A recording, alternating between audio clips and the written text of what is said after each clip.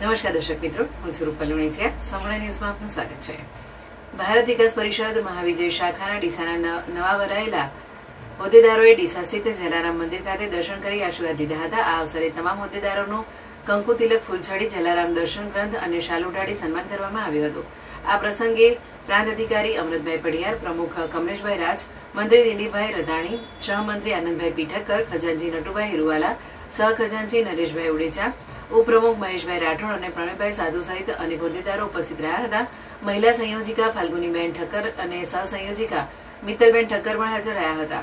કાર્યક્રમ દરમિયાન કરુભાઈ આચાર્ય, નાથાલાલ બ્રહ્મક્ષત્રિય, ભગવાનભાઈ બંધુ, બળદેવભાઈ રાયકા, નટુભાઈ આચાર્ય અને જયેશભાઈ દેસાઈ સહિત અગ્રણીઓ શુભેચ્છાઓ પાઠવી હતી. ઉપરાંત શારદાબેન આચાર્ય, જ્યોતિબેન ઠક્કર, સરોજબેન રતાણી, ધર્મિષ્ઠાબેન કારિયા સહિત મોટી સંખ્યામાં સેવાભાવી અગ્રણીઓ ઉપસ્થિત રહ્યા હતા. આ અવસરે ભારત વિકાસ પરિષદ મુખ્ય શાખા ડીસાના પ્રમુખ જયેશભાઈ દેસાઈ અને મંત્રી વૈકુંઠભાઈ કારિયા પણ હાજર રહી નવા હોદ્દેદારોને શુભેચ્છાઓ પાઠવી હતી. સમગ્ર કાર્યક્રમનું સંચાલન ભગવાનભાઈ બંધુએ કર્યું હતું.